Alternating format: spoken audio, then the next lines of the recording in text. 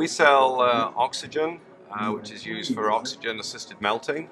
So whether it's oxygen enrichment, oxy-fuel burners for rotary or reverb furnaces. We sell nitrogen and argon for aluminum degassing. We also sell nitrogen to aluminum extruders for helping to improve the extrusion process, and sell nitrogen to aluminum annealers, use the nitrogen in their annealing furnaces to get better surface finish and maximize the safety of that operation.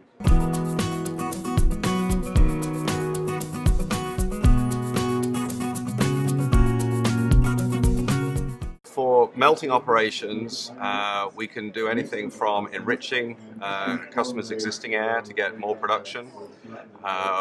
Usually though we use oxy-fuel burners, so we use natural gas or oil and pure oxygen in a burner that's designed by Air Products.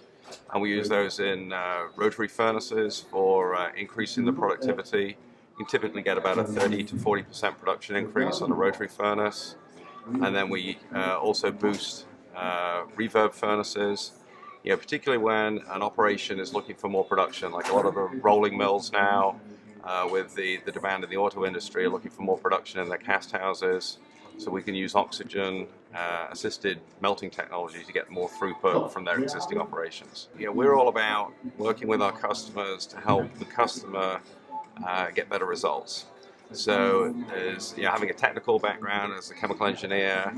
It's a combination of solving problems, but also looking at the economics, making sure that we can improve people's bottom line, and working with them in tandem as we develop new technologies. We've had many customers since late 1980s that we've been working with on the aluminum side of things, where we've gone through about 4 generations of technology, improving their performance each time.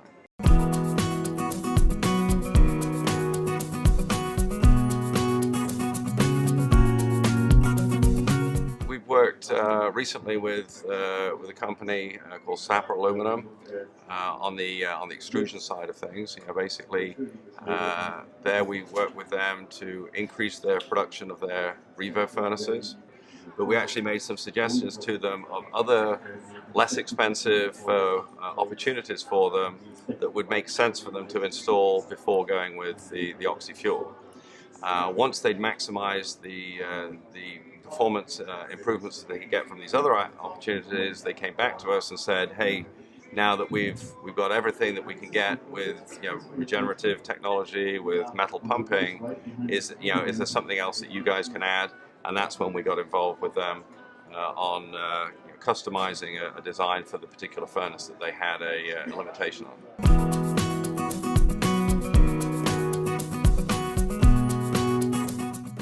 On the sheet side of things, we work with a couple of big operators looking at getting more production through their melt furnaces, and also improving the operation of their annealing operations. So where they use nitrogen for their annealing mills, we worked on optimizing their usage patterns and minimizing their costs of industrial gases.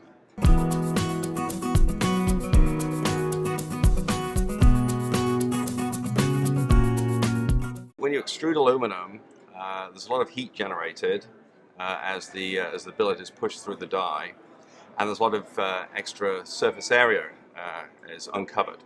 So as we all know, oxygen is very easily oxidized. So you have this high temperature, so it's easily oxidized, and there's also a lot of heat being generated.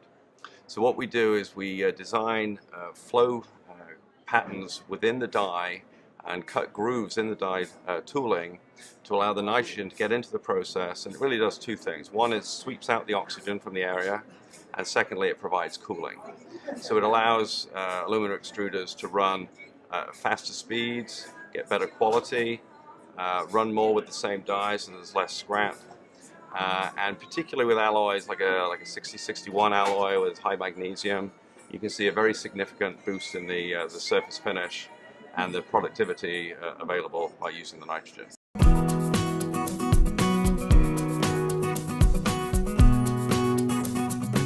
We'll have a discussion with the extruder. We'll ask them how many different shapes they run, how many die changes they have per hour. And depending on, some operations have a very small number of shapes that they run, Yeah. in which case we do grooving probably on the die backer, which is the piece right next to the die. Ah. If it's someone that has many different shapes that they run, we might groove the bolster, because for each bolster you might have 10 or 15 or 20 dies that you can use. I see. And really what we're doing is we're trying to make sure that the nitrogen is going in, it's spreading out evenly around the shape, so you're getting even flushing of the oxygen and even cooling. If you don't do it correctly, you can have shapes where the tolerances are not good. So if you have like multi-hole dies, you might have one shape running out longer than the others if you're not doing the cooling properly. And really what we do is we work with the die designers and show them the general concept, making sure that all the nitrogen is going where you think it's going. One of the things we often do is we'll go in and look at people's existing tooling, and we can point out errors and problems that they would have with the nitrogen with the current setup they have. And it's very simple once we've shown somebody the methodology to make sure that the nitrogen is being used effectively. It doesn't cost a lot. The nitrogen, it might be like $10 an hour's worth of nitrogen per press, but the benefits can be $100, $150 an hour. So it's a very nice technology.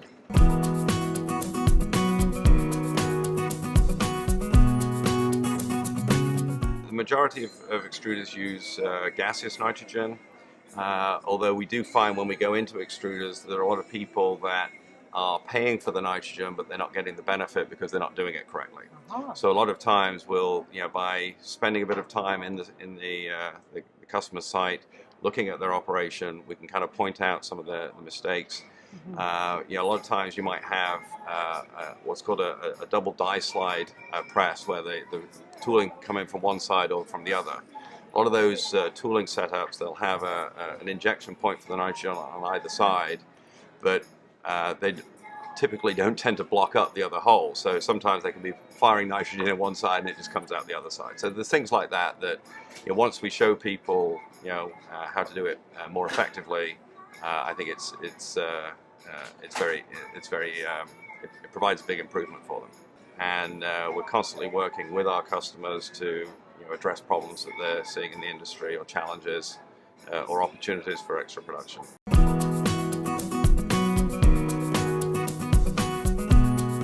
Our company is interested in selling in the industrial gases to our customers.